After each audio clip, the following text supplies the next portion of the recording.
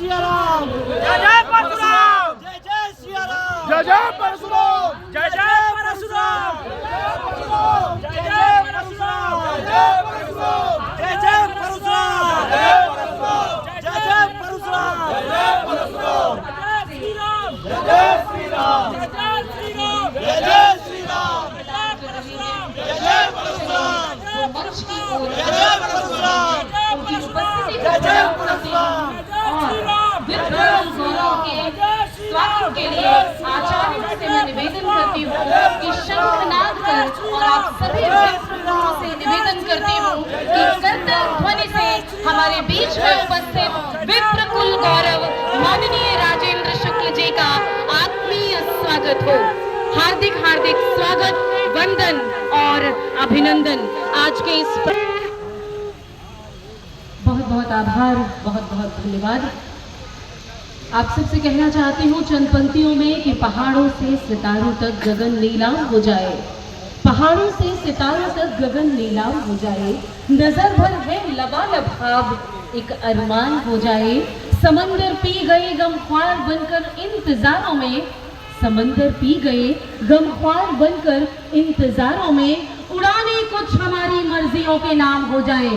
और आज परशुराम जी के इस प्राकोत्सव में हम सब उपस्थित हुए हैं अपनी उड़ान को एक नई परवाज़ देने के लिए। आज इस उड़ान में हम सबके बीच में हम सबका साथ देने विप्रो के कुल गौरव उपस्थित हुए हैं। जी हाँ, विधायक और पूर्व मंत्री माननीय राजेंद्र शुक्ल जी, आप सभी से निवेदन करती हूँ हाथ ऊपर करके करतल ध्वनि से उनका हार्दिक हार्दिक स्वागत हो, वंदन हो, अभिनंदन हो। हमारे बीच में उपस्थित है मंच पर डॉक्टर सी के समक्ष दीप प्रज्वलन और माल्यार्पण करके हम आज उनका प्राकट्योत्सव मनाएंगे, शुभारंभ करेंगे। मैं पंडित राजीव शुक्ल और पुष्पा शर्मा जी से आग्रह करती हूँ, हमारे सब मंच से सभी से आग्रह करती हूँ करतल ध्वनि से आप इस शुभारंभ में अपनी हाजिरी लगा सकते हैं। और आचार्यों से पुनः आग्रह करती हूँ कि शंखनाद होगा और शंखनाद से आज हम इस कार्यक्रम का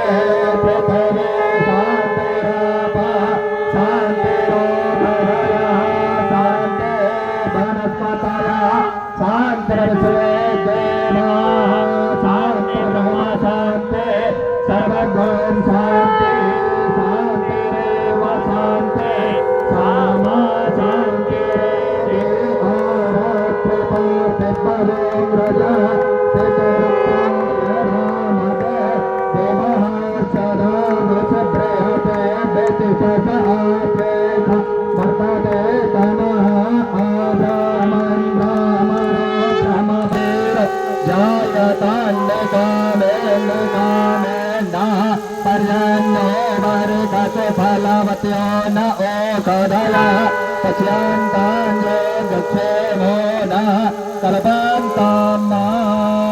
ओम शांति शांति शांति सुगांधर्वतु सर्वारि सुगांधर्वतु। जय श्री परशुराम, जय श्री परशुराम, परशुराम भगवान की, परशुराम भगवान की, परशुराम भगवान की।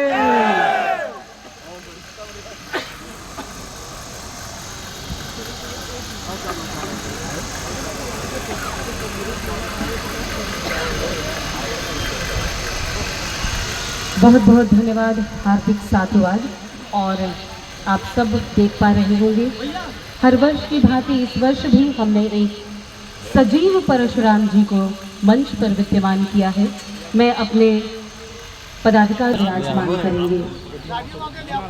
कर्तव्य ध्वनि से आप सभी भी जय जय परशुराम, जय जय परशुराम, तिलकोत्सव कर जय परशुराम, माल्यार्पण कर हमें मंच पर जय सिया राम, जय जय सिया राम, जय जय सिया राम, जय जय सिया राम, जय जय परशुराम, डॉक्टर एस.टी.एस. जय जय परशुराम, डॉक्टर ज्ञान बटन अवस्थी जी, जय जय परशुराम, जय जय परशुराम, जय जय सिया राम, जय जय सिया राम, जय जय जय परशुराम, जय सिया राम, जय जय श्री परशुराम, जय जय परशुराम, जय जय परशुराम, जय श्री परशुराम। जय श्री परशुराम। सभी से निवेदन करती हूँ, अपने मुख को खोलिए और एक बार नाम लीजिए, जय श्री परशुराम, जय श्री परशुराम, जय जय श्री परशुराम, जय परशुराम, जय जय श्री परशुराम। सभी अतिथियों का, साथ ही कार्यक्रम के मुख्य अतिथि पूर्व मंत्री व विधायक माननीय राजेंद्र शुक्ल जी, आप सभी से निवेदन कि मंच को कृपया खाली करें। आप सभी से निवेदन कि जिनकी जरूरत मंच पर नहीं है वो कृपया मंच के कि अगली कड़ी में पढ़ते हैं। अतिथि देवो भरत भव, भारतीय परंपरा संस्कृति का पालन करते हुए हमारे आज के कार्यक्रम के अतिथियों का हम स्वागत करेंगे। और इस स्वागत की श्रृंखला में सर्वप्रथम मैं आवाज दे रही हूँ विप्र सेवा संघ के राष्ट्रीय अध्यक्ष पंडित राजीव शुक्ल को कि वो आए और हमारे बीच में कार्यक्रम की मुख्य अतिथि के रूप में अपनी आसंदी पर रहना शामिल हो। तिवारी जी से निवेदन करता हूँ कि वो डॉक्टर शिविर शुक्ला जी का स्वागत अभिवादन करें। आप सभी से निवेदन है कि आप लोग अपने कर्तव्य ध्वनि से सबका स्वागत अभिवादन करें। बहुत बहुत धन्यवाद। अब मैं आपके हाथ खाली हैं, आप कर्तव्य ध्वनि से एक माल्यार्पण कर स्वागत करें। आप सभी से निवेदन कर रही हूँ एक बार कर्तव्य ध्वनि से हमारे सभी सम्माननीय अतिथियों का बुलावे नहीं भेजे जाते स्वाभिमान की लड़ाई में, जो शेर होते हैं स्वतः ही आ जाते हैं मैदान में। आज भगवान श्री परशुराम जी के जन्मोत्सव कार्यक्रम में, इस कार्यक्रम के हमारे परम आदरणीय और विकास पुरुष के नाम से प्रचलित आदरणीय श्री राजेंद्र शुक्ला जी, पूर्व मंत्री रियो विधायक जी का मैं बहुत बहुत स्वागत करता हूं। आज के हमारे कार्यक्रम के विशिष्ट अतिथि है डॉक्टर के परम्बा साहब का बहुत बहुत स्वागत, डॉक्टर अमित त्रिपाठी साहब का बहुत बहुत स्वागत, वंदन, अभिनंदन। हमारी सदस्यिका डॉक्टर ज्ञानवती अवस्थी जी, माता जी का बहुत बहुत स्वागत, वंदन, अभिनंदन। हमारे परम आदरणीय सबसे स्नेही, जब हमने संगठन को शुरू किया था उस समय हमारे साथ में थे हमारे आदरणीय, हमारे मार्गदर्शक डॉक्टर शिविर शुक्ला जी का स्वागत करिए। मंच पे विराजमान सभी अतिथियों, भाइयों, बहनों का मैं बहुत बहुत स्वागत, वंदन, अभिनंदन करता हूं। खासकर हमारे भैया doctor नरवेंद्र Mishra ji, Shripal Sharma ji, doctor SN. Tiwari ji, Shakuntala Mishra ji, संतोष सोनी जी। क्योंकि मैं सबका नाम लूंगा तो बहुत समय लग जाएगा, इसलिए मुझे क्षमा कर दीजिएगा। मैं अपने मन में एक बार सबका नाम ले लेता हूं। बोलिए जय श्री परशुराम जी। क्योंकि समय ज्यादा हो चुका है तो अब आगे मैं कुछ नहीं कहूंगा, बस आशीर्वाद बनाइए और जल्द ही हम शोभा यात्रा प्रारंभ करने वाले हैं। बहुत बहुत धन्यवाद आपका। से उनका मंच पर स्वागत है।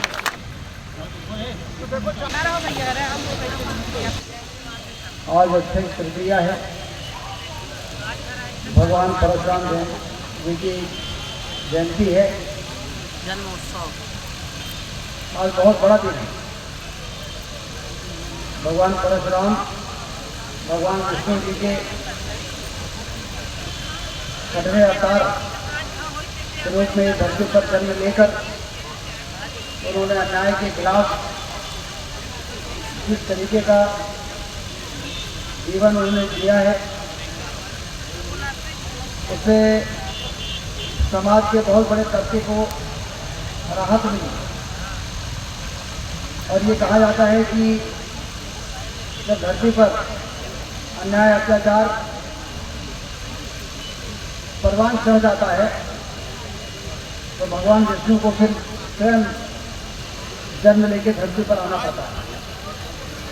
भगवान राम भी इसी प्रकार से आए, भगवान कृष्ण भी इसी प्रकार से आए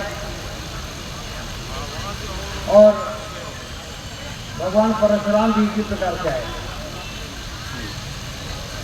और चूंकि वो विप्र समाज में से आए इसलिए विप्र समाज उनको अपने आदर्श पुरुष के रूप में देखता है। भगवान राम क्षत्रिय समाज में, क्षत्रिय वंश में, कृष्ण जी यदुवंश में और भगवान परशुराम ब्राह्मण समाज में उन्होंने जन्म लिया। और इसलिए मैं देख रहा हूँ क्योंकि यदि समाज को सही दिशा में ले जाना है तो कोई न कोई ऐसा आदर्श पुरुष होना चाहिए जिसको हम स्मरण करें, उनसे प्रेरणा लें, उनसे आशीर्वाद लें और अपने समाज के हित में हम संगठित हों और संगठित होकर समाज के हित में इस प्रकार से काम करें कि दूसरे समाज के लोग भी हमसे प्रेरणा लें, दूसरे समाज के लोग भी हमें आशा भरी नजरों से देखें, दूसरे समाज के लोग भी सोचें कि अब यदि कहीं हमारा भला नहीं हो सकता, कहीं मदद नहीं हो सकती तो चलो ब्राह्मण समाज के संगठन के पास चलें, वो हमारा ब्राह्मण समाज के वैसे भी यदि चरित्र की बात हो, यदि व्यवहार की बात हो तो आदर्श रूप में अपने को रखना ये हमारी आवश्यकता है। अभी पिछले दिनों शंकराचार्य जी आए थे राजपुर ऑडिटोरियम में, तो उन्होंने कहा यदि हमें हमारे अंदर करुणा, हमारे अंदर दया, हमारे अंदर परोपकार, हमारे यहाँ संवेदना क्या सही है क्या गलत है, भगवान मर्यादा पुरुषोत्तम भगवान राम से प्रेरणा लेके आदर्श जीवन कैसा हो सकता है, उस आदर्श जीवन में चलने की सबसे बड़ी जिम्मेदारी यदि किसी की है तो ब्राह्मण समाज। तब लोग हमारी इज्जत करेंगे, तब हमारी लोग पूजा करेंगे। और कोई थोड़ा बहुत दाएं बाएं हो जाएगा चल जाएगा, लेकिन ब्राह्मण समाज यदि दाएं बाएं होगा तो नहीं चलेगा। और इसलिए हमारे ऊपर बहुत बड़ी जिम्मेदारी है। मुझे बड़ी खुशी है कि राजीव शुक्ला जी, आरती तिवारी जी और पूरे संगठन के लोग जिस प्रकार से इस समाज के संगठन में काम कर रहे हैं, सभी को जोड़ रहे हैं, सभी को पुरस्कृत करते हैं अच्छे प्रदर्शन के लिए। और उससे धीरे धीरे एक नई जागरूकता आ रही है, एक नया एकजुटता आ रही है, भाईचारा बढ़ रहा है, एक दूसरे के प्रति प्रेम बढ़ रहा है, कटुता समाप्त हो रही है, एक दूसरे को नीचा दिखाने की भावनाएं कुछ दिनों के लिए हमको आनंद दे सकती हैं, लेकिन बाद में हमको ही पश्चाताप करने के लिए मजबूर करती है। ये हमने क्या कर दिया, इससे हमको क्या मिला? आने वाला समय इस धरती से जाने के बाद भी उसी को याद करता है जो दूसरे को ऊपर प्रतिस्थापित करते हुए दिखाई देता है। कल मैं हजूरी ताल गया था, वहाँ पर शताब्दी समारोह चल रहा है। स्वामी रामललाचार्य जी महाराज अपने गुरु जी रामभूषण दास जी के उस आश्रम के, उस पीठ के स्थापना के 100 वर्ष पूरे होने के बाद समारोह कर रहे हैं। स्वामी रामभद्राचार्य जी का वहाँ पर कथा चल रही है स्वामी वेदांती जी महाराज जी भी वहाँ पर पधारे हुए हैं, क्योंकि वो भी उसी गुरु के शिष्य थे जिसके रामलालाचार्य जी। और रामलालाचार्य जी और वेदांती महाराज जी जहाँ पढ़े काशी विश्वनाथ में, वहाँ के महाराज जी आए थे, गुरु शरणानंद जी महाराज, जो संतों के सरताज माने जाते हैं हमारे देश के अंदर।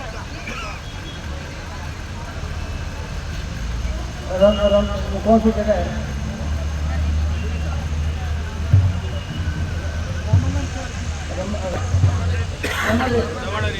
रमन रेड्डी जी के वो आए थे, तो मैं देख रहा था कि अपने शिष्य के यहाँ आए हैं, लेकिन पूरे भाषण में उन्होंने अपने शिष्यों को पूजनी शब्द का उपयोग करके कहा, पूजनी संत अपने शिष्य के लिए।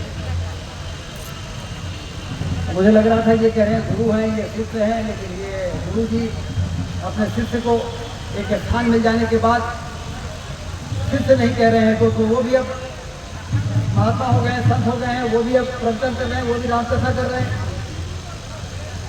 तो अपने यहाँ से शिक्षित शिष्य को भी वो पूजनीय संत के चरणों में, पूजनीय संत के चरणों में आने का मेरा सौभाग्य मुझे मिला है। ऐसे स्थान खजूरीताल में आने का सौभाग्य मुझे मिला जहाँ पर रघुनाथ जी स्वयं माता जानकी के साथ और लक्ष्मण जी के साथ राम वन के दौरान खजूरीताल में गए थे। और उसी खजूरीताल से ये मान्यता है कि जब राम भूषण दास जी वहाँ पर आए तो उसी ताल के अंदर से हनुमान जी की मूर्ति मिली, जिसको उन्होंने स्थापित किया। ये हमारी धरती बहुत पवित्र और बहुत पुण्य भूमि है। इसके इतिहास पर यदि हम देखें तो इस धरती से भगवान विष्णु स्वयं पैदल चल के इस धरती को पवित्र करने का काम कर चुके।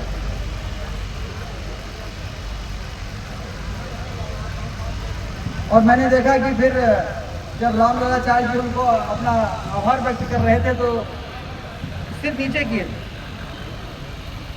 जब उनके प्रशंसा में वृंदावली पढ़ी जा रही थी, गुरु शरणानंद जी महाराज जी के उनके शिष्य के द्वारा, तो पूरे समय वो हाथ जोड़ के और सिर नीचे करके, जैसे कबीर जी की कहावत है ना, देनहार कोई और है, बेजत 100 दिन रैन, लोग हरम पर मुझ में करें ताते नीचे नैन। दान करते हुए जब लोगों ने कहा कि आप तो दान कर रहे हो, कि सिर नीचे क्यों झुकाए हो, तो कहीं लोग मुझ पर भ्रम कर रहे हैं, देने वाला तो ऊपर वाला है, मेरे माध्यम मैं दे रहा हूँ लेकिन देने वाला तो ऊपर वाला है, लोग मेरी प्रशंसा कर रहे हैं और इसलिए मैं उनसे नज़र नहीं मिला पा रहा हूँ, क्योंकि वो प्रशंसा सही नहीं है, प्रशंसा तो भगवान की होनी चाहिए, इसलिए मैं शर्म के मारे नीचे देख रहा हूँ। यही कल मैंने देखा कि वहाँ पर जब गुरु शरणानंद जी की प्रशंसा हो रही थी तो फिर नीचे करके ऐसे कर रहे थे और फिर इतने भावुक हो गए जब उन्होंने कहा कि दास के आश्रम में भगवान पधार गए। रामलालाचार्य जी ने कहा कि दास के आवेदन पर आप आ गए, मुझे भरोसा नहीं था, तो इतने भावुक हो गए कि फिर वो अपना पूरा जो गले में माला, चेन और चेन, वो बहुत ही मतलब बहुत बड़े संत हैं वो, तो हवाई जहाज और हेलीकॉप्टर से चलते हैं, इतना शिष्यों की उनके ऊपर श्रद्धा है। उन्होंने पूरा फिर जाते जाते नज़र तो नहीं मिलाई, लेकिन जाते जाते निकाल के और पूरा उन पर पहना गए, क्योंकि ये हमारी परंपरा है, ये हमारा संस्कृति है, ये हमारी सभ्यता है जो हमको विरासत में मिली। अब इसको हम कितना बचा पाते हैं, कितना उसको अंगीकार कर पाते हैं, कितना उस पर चल पाते हैं, ये हमारे ऊपर है। यदि हम नहीं चलेंगे तो समाज का नुकसान होगा, हम चलेंगे तो समाज की भलाई होगी, और इसके लिए इस प्रकार के आयोजन बहुत जरूरी है, इसके लिए संगठन बहुत जरूरी है। मैं देख रहा हूँ कि पिछले कुछ वर्षों से राजीव शुक्ला जी, आरती जी और बहुत सारे आप सारे लोग परशुराम जयंती बड़े उत्साह से मनाते हैं, यात्रा निकालते हैं। धीरे धीरे ये बढ़ेगा मुझे लगता है, अब इसके प्रति लोगों का आकर्षण बढ़ रहा है। अब मैं भी सुबह तैयार होकर बैठा रहता हूँ कि कब चलना है विवेकानंद पार्क पता करा तैयारी हो गई कि नहीं। पहले तो ऐसा नहीं होता था, पहले तो हम लोग अपने अपने स्तर को मना लेते थे, लेकिन अब ये लगता है कि एक आवश्यक कार्य है जिसको सुबह दूसरे काम करने को पहले करना है। अब ये मुझे लगता है कि जब अगले साल होगा तो ये पूरा प्रांगण भरा रहेगा, तो पैर रखने की जगह नहीं। 4 महीना तो बढ़ाना है, कुर्सियाँ बढ़ानी है, पब्लिक की तो कमी है नहीं, श्रद्धालुओं की कमी नहीं, भगवान परशुराम को मानने वालों की कमी थोड़ी है।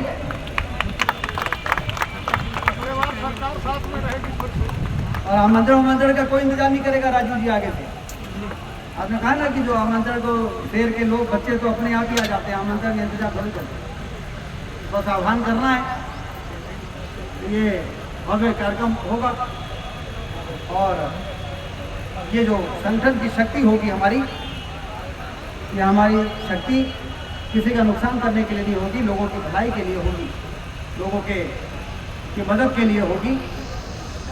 इस प्रकार से इस संगठन को आगे बढ़ाने का काम हम करेंगे। भगवान परशुराम जयंती के अवसर पर मैं सभी को बधाई शुभकामनाएं देता हूं और उनकी लीला, उनके काम का जितना ज़्यादा चर्चा होगी, जितना ज़्यादा मंजन होगा, उतना ही उनके व्यक्तित्व के बारे में लोगों को जानकारी होगी और उससे समाज में एक जागरूकता का वातावरण बनेगा और आपका संगठन भी मजबूत होगा और मजबूत संगठन के माध्यम से समाज की भलाई के लिए भी एक मजबूत सशक्त माध्यम के रूप में आप आगे बढ़ सकेंगे। ऐसे मैं इस अवसर पर आपको शुभकामनाएं देता हूँ। सभी को बहुत बहुत बधाई, शुभकामनाएं। जय जय परशुराम, जय जय परशुराम। बहुत बहुत कल आ चुका है और मैं पंडित राजीव शुक्ल से आग्रह करती हूँ कि आए हम सबके बीच में सजीव परशुराम जी विद्यमान हैं।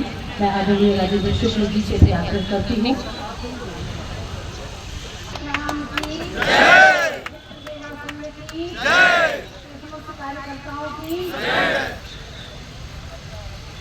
हमारे विधायक जी की, समस्त ब्राह्मण वर्ग की, समस्त सनातन धर्मियों की आज बड़े हर्ष की बात है, हम इस स्थान पर बैठ करके आज भगवान जो पार्क हमको दिखाई दे रहा है, सामने स्वामी विवेकानंद जी हमारे धर्म के रक्षक जो खड़े हुए दिखाई दे रहे हैं और ये सुंदर आज स्थान है, बगीचा है, ये बैठे हुए हम आज हैं।